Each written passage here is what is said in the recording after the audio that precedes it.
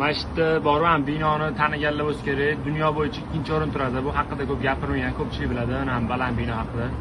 Shu maqsad qildim, lekin bu hali bino bitmagan, lekin maqsad shuki, sentyabrda ochiladi masjid.